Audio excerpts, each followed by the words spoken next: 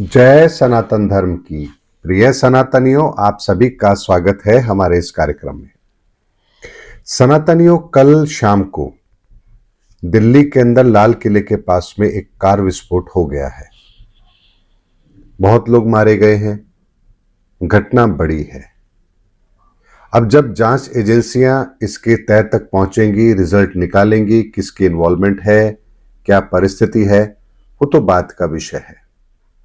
लेकिन ज्योतिषीय आकलन समय से पहले किया जा सकता है और इसीलिए आपको आज के इस वीडियो के अंदर मैं उन तमाम सारी चीजों की जानकारी दे रहा हूं जो इस घटनाक्रम के लिए उत्तरदायी है और इसके पीछे का सारा समीकरण क्या है।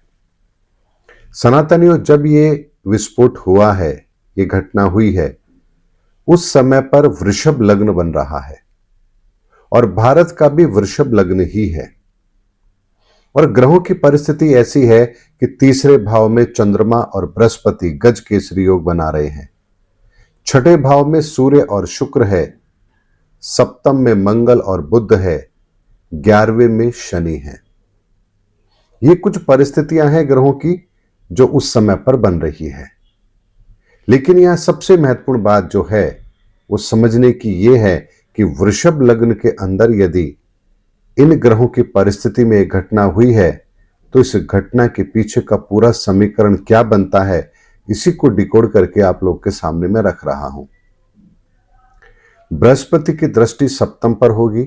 सप्तम में मंगल पहले से मौजूद है और वहां बुध भी मौजूद है। यानी हमारे अपने ही किसी मित्र ने हमारे साथ ये धोखा किया है। पहली बात ये स्पष्ट है। तीसरे भाव के अंदर बृहस्पति और चंद्रमा के होने के कारण से ऐसा दुस्साहसपूर्ण कार्य करने की स्थिति बनती है। यानी कि व्यक्ति किसी के प्रभाव में आकर के किसी से अपनी दोस्ती निभाने के लिए या किसी को ज्यादा अपने हित में करने के लिए कोई ऐसा कदम उठाए और जल्दबाजी में उठाए, इसकी संभावना यहां पर बनती है। साथ ही शुक्र और सूर्य की स्थिति भी छठे भाव में है। इसका मतलब यह है कि जो भी इस घटनाक्रम के पीछे है वो राजनीतिक तौर पर बहुत मजबूत है, प्रशासनिक तौर पर बहुत मजबूत है। यानी किसी मजबूत राष्ट्र के इसके पीछे होने की संभावना बनती है और साथ ही उसके संपन्न होने की भी संभावना यहां पर जरूर देखी जा सकती है। ऐसे में ये जो समीकरण बन रहा है, इसको अगर हम सरलतम शब्दों में समझे तो ये एक ऐसा घटनाक्रम निकल कर आता है जहां एक संपन्न राष्ट्र किसी मोहरे को इस्तेमाल करे इस घटनाक्रम के लिए और इस घटनाक्रम को अंजाम दिया जाए, इसकी संभावना बनती है। इसको अगर स्पष्ट शब्दों में कहें तो अगर ये अंतर्राष्ट्रीय घटना को लेकर के हम अगर इसको देखें तो अमेरिका यहां पर इस तरह की हरकत पाकिस्तान से करवाए या अमेरिका के इशारे पर पाकिस्तान इस तरह की घटना को अंजाम दे, यह संभावना बनती है। लेकिन इससे भी महत्वपूर्ण बात है कि यहां पर डायरेक्ट इनकी इन्वॉल्वमेंट ना होकर के भारत के अंदर से ही किसी का प्रयोग किया जाए इस घटना को अंजाम देने के लिए, यह संभावना भी बनती है। क्योंकि सप्तम का बुध पीठ में छुरा भोंकने का काम करता है। यानी बुध ये बता रहा है कि मंगल के साथ आ जाने से कोई गहरा दोस्त ही आपके साथ ये घटनाक्रम को अंजाम दे सकता है। तो ऐसे में अंतर्राष्ट्रीय स्तर पर कोई व्यक्ति, कोई संस्था, कोई सरकार भारत के अंदर से ही किसी ऐसे संगठन को अपने साथ ले और फिर इस कार्य को अंजाम दे ताकि अस्थिरता पैदा की जा सके, माहौल को खराब किया जा सके, कोई आपस में जो संबंध होते हैं दो लोगों के बीच में, उन संबंधों को खराब किया जा सके, सरकार को अस्थिर किया जा सके और भारत की इकोनॉमी को प्रभावित किया जा सके। ये सारा का सारा घटनाक्रम इस चीजों को मद्देनजर रखते हुए फिर किया गया है। क्योंकि तीसरे भाव में चंद्रमा और बृहस्पति जो यहां पर कारण पैदा करेगा वो यही करेगा कि व्यक्ति अपने ज्ञान का दुरुपयोग करे और अपनी सीमा से बाहर जाकर किसी ऐसे कार्य को अंजाम दे। तो एक घटनाक्रम हुआ है, यह बात हमारे सामने है।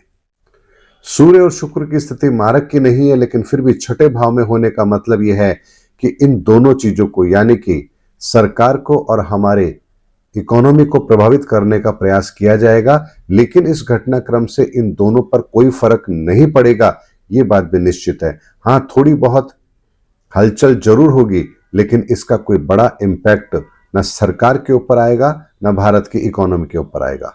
लेकिन बुध और मंगल की स्थिति ये बताती है कि दो दोस्तों के बीच में या दो अच्छे संबंधों के बीच में दरार जरूर आएगी। यहां पर कुछ ऐसे कठोर कदम उठाए जाएं जो दोस्ती को निभाते हुए उठाने जरूरी हों, यह घटनाक्रम भी यहां पर जरूर होगा। और बुध की स्थिति सप्तम भाव में होने का मतलब ही यह है कि यहां पर हर चीज को बहुत बारीकी से कैलकुलेट करके फिर उस दोस्त से निपटा जाएगा, यह बात भी निश्चित है। और सबसे महत्वपूर्ण बात यह है कि यहां बुध और मंगल दोनों के दोनों शनि के नक्षत्र में हैं, और शनि के नक्षत्र में होने का मतलब ही यह है कि यहां जो कुछ भी हो रहा है न्याय को अपने असली अंजाम तक पहुंचाने के लिए हो रहा है। शनि 11वें भाव में वक्री है, इसीलिए शनि अपनी इच्छा पूर्ति का कार्य तो जरूर करवाएंगे। इसको ऐसे समझिए कि अगर रावण का विनाश होना है तो उसे सीता हरण जैसा कृत्य तो करना ही पड़ा। यानी कि प्रकृति आपको किसी ऐसे कृत्य को करने के लिए प्रोत्साहित करती है कि आप वो कर्म करते हैं और उसके बाद ही आपकी वो परिणति तय होती है। जैसे दुर्योधन ने भरी सभा के अंदर द्रौपदी का अपमान किया, ये वो घटना थी जिसने महाभारत को अंजाम दिया। सीता हरण ये वो घटना थी जिसने रावण के वध को, उस प्रक्रिया को अंजाम दिया। तो सनातनी इस बात को समझिए, प्रकृति जब अपना कार्य करती है तो कोई ना कोई ऐसा घटनाक्रम जरूर होता है जो आने वाले परिणामों को तय जरूर करता है। इसीलिए जो घटनाक्रम हुआ है, ग्रहों का आकलन ये कहता है कि वृषभ लगन की कुंडली में जो ये परिस्थिति बनी है और भारत की भी वृषभ लगन की कुंडली है, तो ये पूरा का पूरा आकलन ये बताता है कि किसी दोस्त ने हमारी पीठ पर छुरा भोंपा है, हमें राजनीतिक तौर पर और आर्थिक तौर पर परेशान करने के लिए, और किसी ऐसे व्यक्ति को साथ में लिया है जो दूसरे के प्रति अपने हित को साधने में कामयाब होना चाहता है। यानी किसी की नजरों में बड़ा बनने के लिए आप ऐसी हरकत करें, यह संभावना यहां पर दिखती है। लेकिन यह पूरा का पूरा प्रयास असफल रहेगा। इसकी जो भी घटनाक्रम को अंजाम देने से पहले उनकी योजना थी, वो परिणाम उन्हें वैसे प्राप्त नहीं होंगे, लेकिन एक दुस्साहसपूर्ण कार्य यहां जरूर किया गया है, ये बात निश्चित है। लेकिन यदि सप्तम में बुध नहीं होता और छठे भाव में यदि कोई अनिष्ट कारक युति होती, तो फिर यह घटनाक्रम बहुत विशाल होता और इसके परिणाम भी दीर्घकालीन होते। लेकिन सनातनियों, ईश्वर जो भी करता है बहुत सदैव तरीके से करता है, इसीलिए एक एक ग्रह की परिस्थिति ये बताती है कि वो किस नक्षत्र में बैठ करके क्या काम करवाना चाहते हैं और उसके परिणाम क्या होंगे, उसकी योजना क्या है, और वो योजना पूरी होगी तो कितनी होगी और असफल होगी तो कितनी होगी। और यही ज्योतिषीय आकलन मैंने आपको दिया है कि ये घटनाक्रम बहुत बड़ा व्यापक असर तो नहीं डालेगा भारत के ऊपर, लेकिन इसके पीछे वो चेहरे जरूर बाहर निकल करके आएंगे जो संपन्न है, मजबूत हैं और किसी तीसरे मोहरे को लेकर के भारत के ऊपर इन परिस्थितियों को अंजाम देने के लिए उत्साहित थे। उम्मीद करता हूं सनातनियों, आज का मेरा आकलन आपको ये समझाने के लिए पर्याप्त है कि जब जांच होगी, एजेंसियां अपना काम करेंगी, तो जो परिणाम निकल कर आएंगे वो यही होंगे जो मैंने आज आपको वीडियो में बताए हैं। इसीलिए थोड़े दिनों के बाद जब सारी की सारी चीजें आपके सामने होंगी तो आपको ये पता लगेगा कि जो घटनाक्रम हुआ है उसके पीछे की सच्चाई क्या है। उम्मीद करता हूं सनातनियों, मेरा वीडियो आपको जरूर अच्छा लगा होगा। अगले वीडियो में आपसे फिर भेंट होगी, तब तक हमारे चैनल पर बने रहिए। जय सनातन धर्म की, जय धर्मयुग की, जय सनातन विश्व।